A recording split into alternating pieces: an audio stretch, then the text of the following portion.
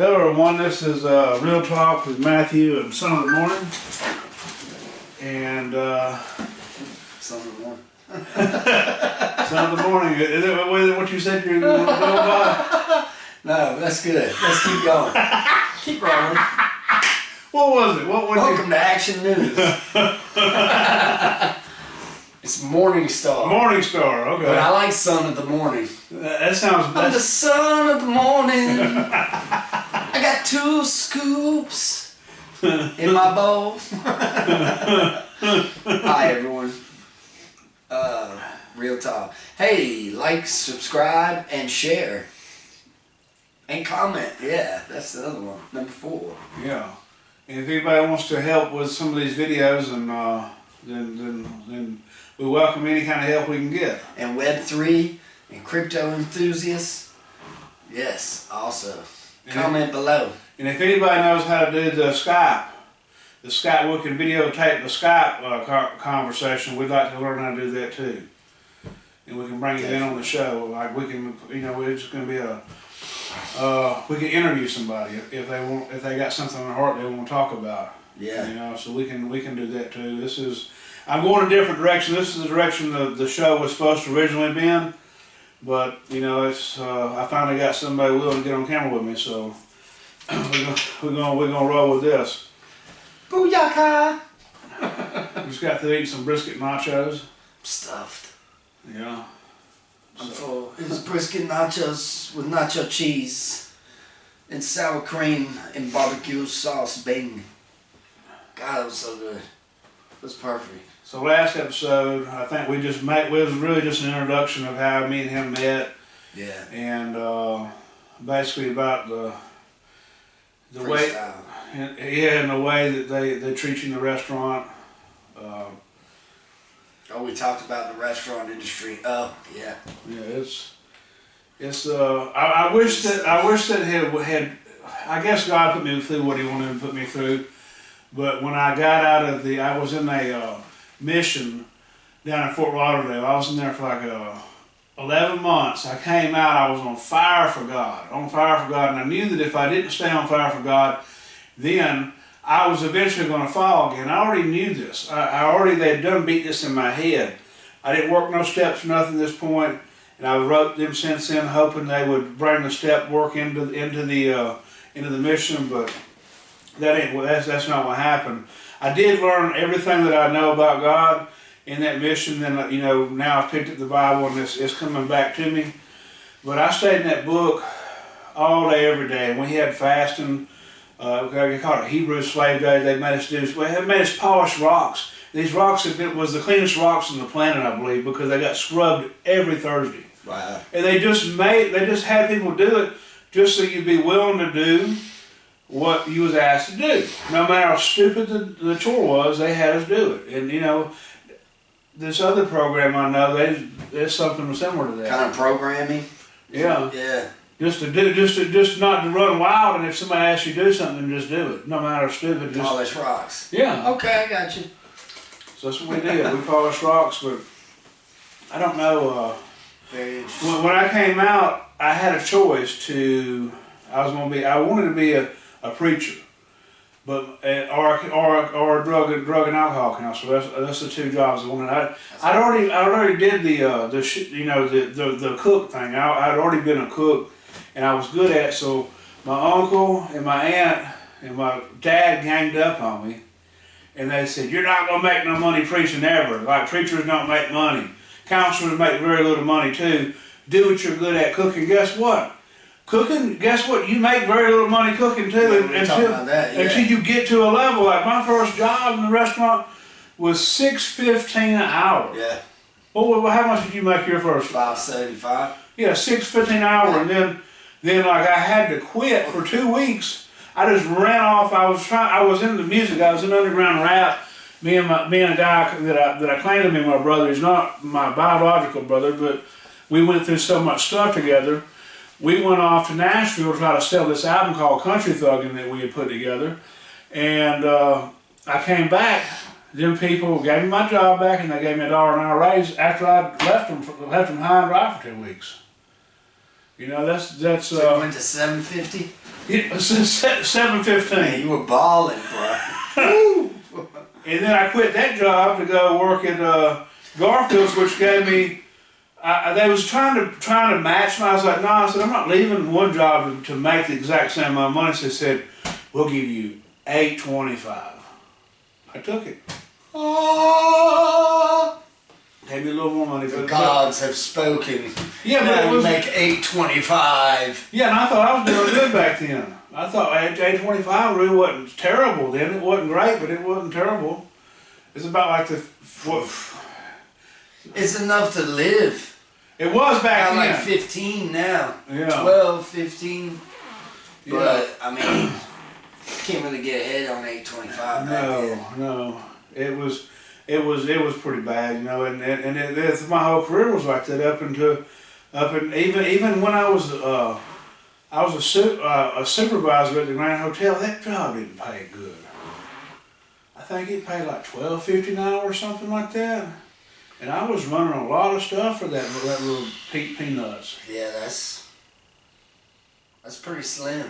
That was like I mean, a that was GM that was of 10 a years ago. restaurant should have made, I think, about 15 to 20 an hour back in the 90s, 80s. And they were probably making $9 an hour back then. Who knows?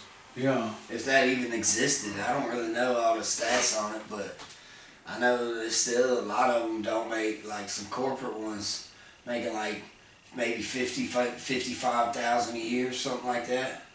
The game changer seemed like in the restaurant business was, Dude, believe it or not, and I know there's going to be a lot of people who don't like it when I say this, when Donald Trump got in office, I seen my pay raise go up and I seen that less taxes get took out of my check.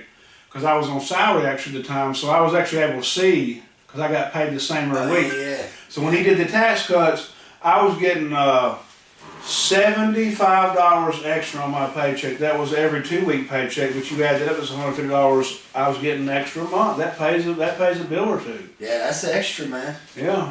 That's plenty of extra. I mean, My salary wasn't that Everything great then extra. either though. It wasn't great, so $150 a month was a pretty good little raise to not actually make extra money. But then money started flowing in and stuff. Now everything's expensive though. It's like now we're back to, so it's almost like making a smaller amount, even though everybody's making more money than they have ever, the cost of goods are so high. yeah, it's gotten crazy. I mean, stuff's starting to come down a little bit. Like, you know, if you go to Walmart, I was telling him I've seen a gallon of milk now for like $2.79. That's been about a month. It's been floating around there. Remember, eggs got up to like what, $8 a dozen or something one time? It was a lot. Yeah, it was a lot. I didn't go shopping. I don't get out the house, so I ain't been out the house in like 3 years. I know you've seen memes and Yeah, but I've seen it. And I don't know what's real or not, because when you see the meme, it's like, I just had to sell my house to buy a carton of eggs, you know. You're kind of like, are they real? Is that real? Then you see the little coupon thing. It's like, eggs are $14, but we'll give them to you for $8.95. It's a coupon. Damn. Like last time I bought eggs, it was $2 for a carton. Like, yeah, I had to cut the news off. Like whenever that January 6th happened, it was so like cinematic looking that it looked like a movie. It looked so scripted and everything that I don't know, and I still to they don't know whether that was 100%. I'm sure that stuff did happen, but I don't know if the scenes that we seen might have been filmed for TV. I don't know. well, see, dude, the thing is we've stepped into a new time of technology. So with the AI and the cameras, people don't know if we're real. We could be an AI movie. Like, this is just two people that made some AI characters. Like, you know? And I mean, so you don't know what to believe anymore now that all that stuff's come out. The information world is going to go even more bonkers. You know? Like, I mean, if I don't see it with my two own eyes, it's hard for me to believe it from that. And that's like, so I disconnected the cable, and so I got into an argument with it was Dish Network it was DirecTV I had at the time. I told him, I said, look, I want this, and this took off my TV. I don't want to pay for it anymore. I want you to just zap it. What'd you take off? It was It was NFL at one time because they was doing that kneeling down thing, and I had some buddies die in Iraq and Afghanistan, and that really upset me because you know them guys was really you know it didn't make much sense.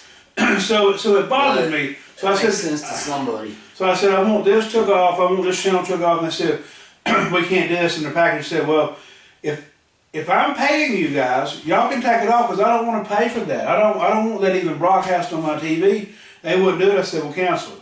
They tried to argue me for like an hour and a half of the reasons why they couldn't. I was like, I don't care. I can choose not to pay. I'm not going to support it.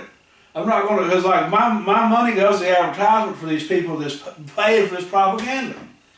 So I haven't connected the satellite since then. I don't watch. So you have no TV? I do have Netflix and I watch movies. Oh yeah, you got like So I will watch movies and I will watch like Antenna, but I try not to watch no news because it upsets me. It got to the point to where I felt like I was fixing and ready to drink again because the world got so crazy. I was screaming, hollering, cussing at the TV. Yeah, dude. It was. That would be the worst case scenario, you know? Yeah. I mean, you don't ever want to do that. Yeah, so like that. Ain't no good in it. I talked to a friend of mine the other day who is an alcoholic, and, you know, you can tell that they're just like, I hate my life, you know? But there's nothing they can do about it. I think I know the guy you're talking about. I don't know. He likes vodka. No, it ain't the same person. This is a whole, that's what I'm saying. You know what I'm talking about, This is a person that lives like 900 miles away from here. Okay. Yeah, you don't know. But, you know, I ain't gonna sit there and tell their name and shit. I wouldn't mention, that's why I said vodka. Yeah, they're just like, I mean, I hate it. I hate that this is, you know, it's the way it is and da-da-da-da-da. And to go back to it, I've heard too many horror stories. So, I don't suggest you ever do that.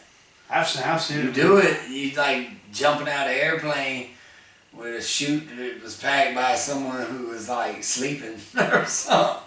You look over and they're asleep. Who packed this chute? They ate 10 Xanax before he got on the plane. Usually eats them about 3 hours before. Like, what? Good luck, jump out. I mean, that's basically the odds pretty much are not stacked against you, or are stacked against you. I don't know what the hell I'm talking about anymore. What were we talking about? We was talking about the news. It was making me so angry and so sadness. That I was ready to. That if I kept watching, I was afraid I was going to drink because man. Because it was just so.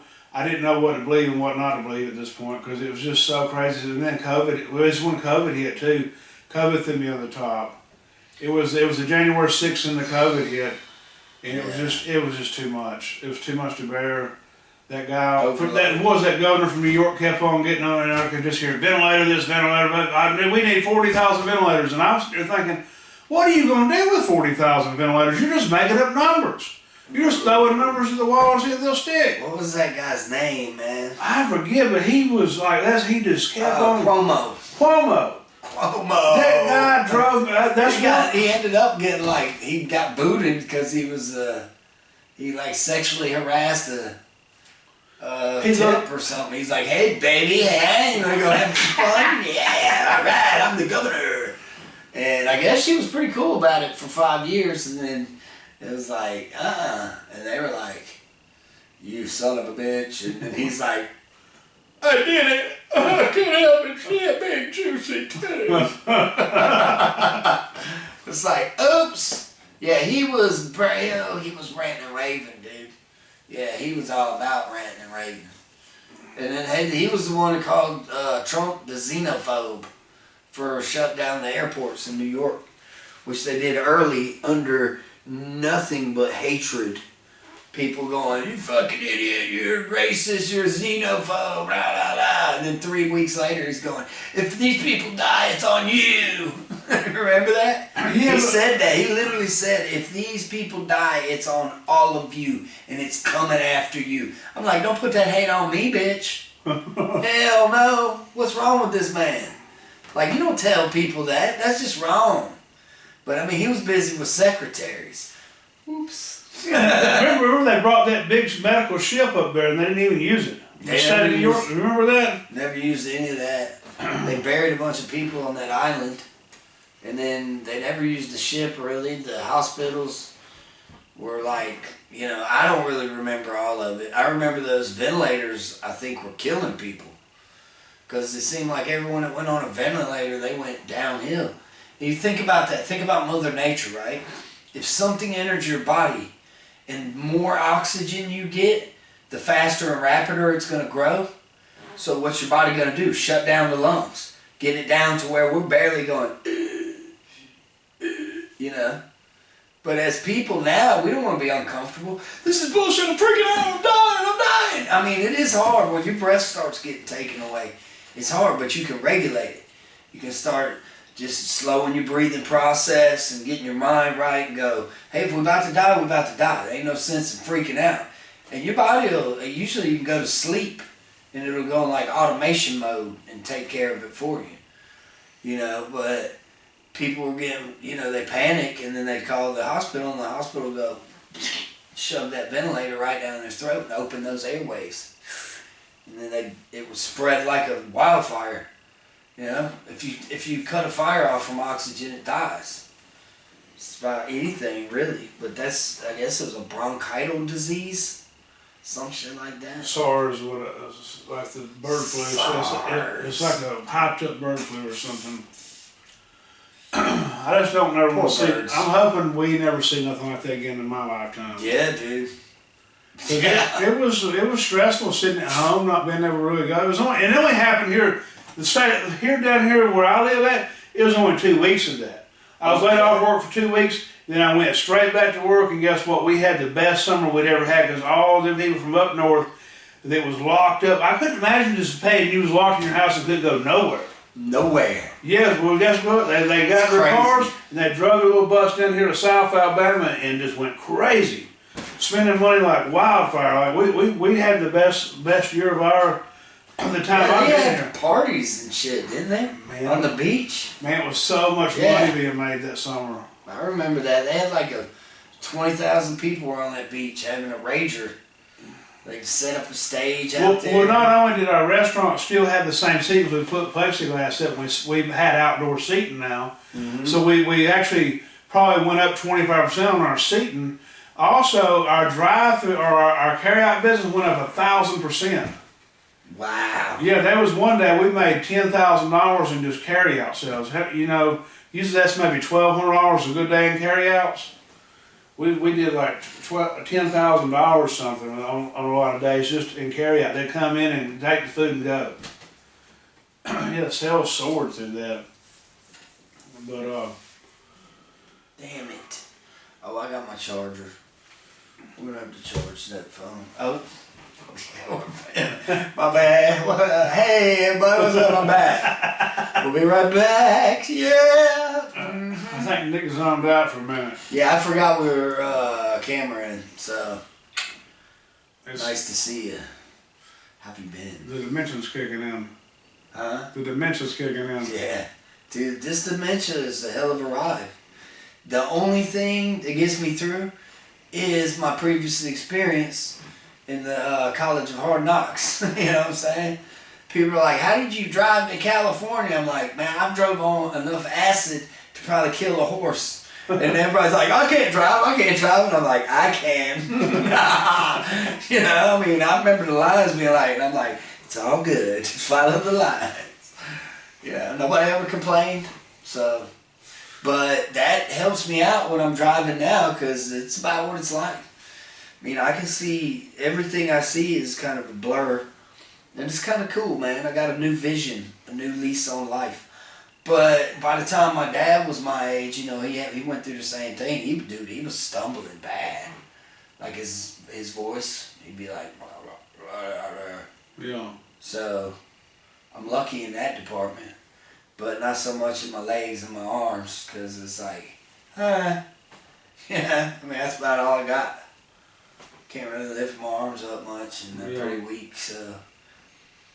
But I'm still making it. I kind of flop myself around and make it happen, but I do definitely space out There are moments where it's like, whoops, reset, you know.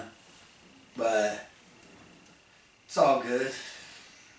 We're going to have a good time with it, one way or another. We got a lot of work to do. Lot of work to do, little time. These are only the first of a few video logs that we're going to be doing about saving the world and making the world a better place, while also temporarily, possibly bitching about a few things. Indeed. But that's what life's about, I guess. So. I know the first time I had ever ate mushrooms, and I drove. Oh. You ever, Yeah. You ever play that video game Wave Racer on Nintendo 64? Yeah. I thought I was in Wave Racer. With water? Yeah, I thought I had a little Toyota Tercel Blackhawk, and it was like the roads was going like this. Like I was jumping like I was in a Wave Racer. Yeah. I knew where I was going, but it's like I was in the video game. Yeah, I've definitely had that feeling. And been like, whoa. You know, that's why I can drive pretty damn well now, because it's really happening, and whatever my body's chemical reactions making that happen. But you can control a little bit more than taking acid or mushrooms. You know. I don't ever want to see that stuff again, boy. Nah, it's not fun.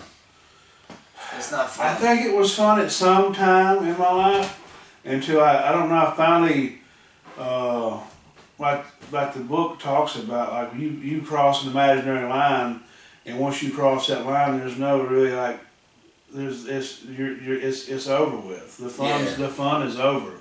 Yeah, there's a point of no return type thing, which that's what helps. You know, once you cross back, you kind of do return, and you go, whoa, that wasn't cool. You know? Yeah.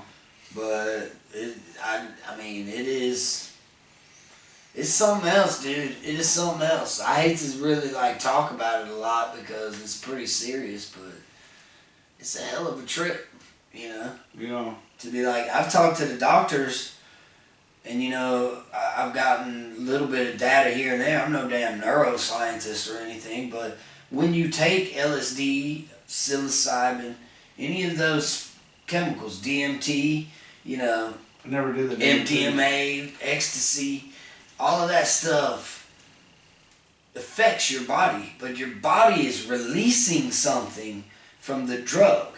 The drug enters your body and then causes your body to release more of this, like endorphins, serotonin, endorphins. And that's why people are like, hey man, I love everybody, bro.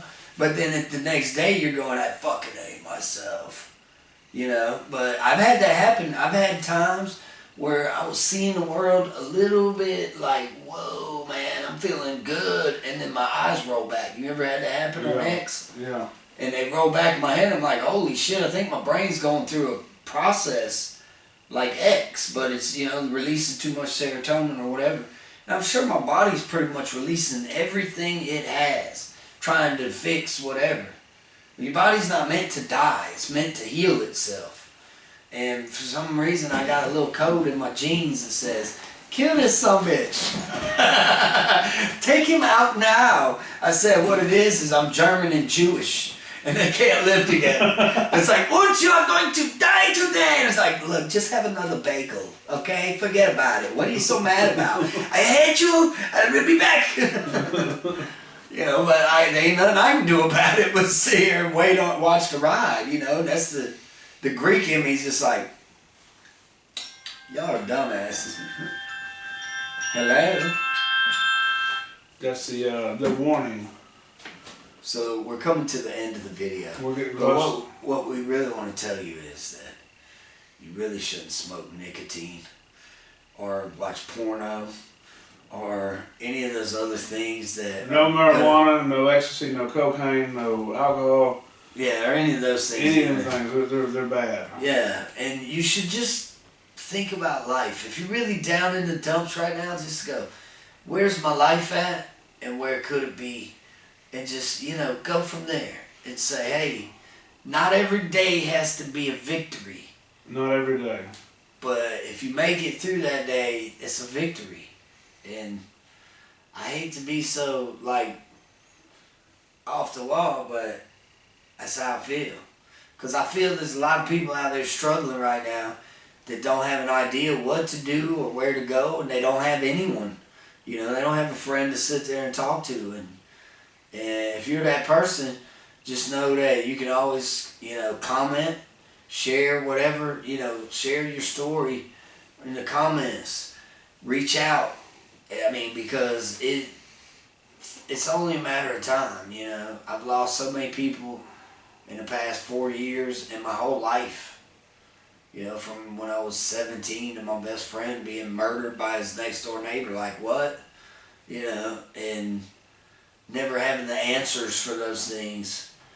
But there's always somewhere to go. And I feel like I've been blessed my whole life to always have the next key. You know, my legs are giving out. I'm like, bullshit. I can grab this thing and flop over here and blam. And there's always been something. You know, there's always been something to help out. So that's all I want to say. I'm sorry. I'll give you the... No, you good. I was enjoying. I'm rambling. You wasn't rambling. You was making a lot of sense. Well, I feel the pain of the world. Yeah. I want to be there, but I got no legs. So if there is anybody here that is watching the video that is struggling with alcohol or drug addiction, I pray that you go seek help. Either go to AA or NA or go to a treatment center. Sometimes it's so bad you have to go to detox. I took this one poor girl to, about 7 detoxes? Or something like that. Nick was with me through most of that. Oh yeah. Oh, girl? Yeah.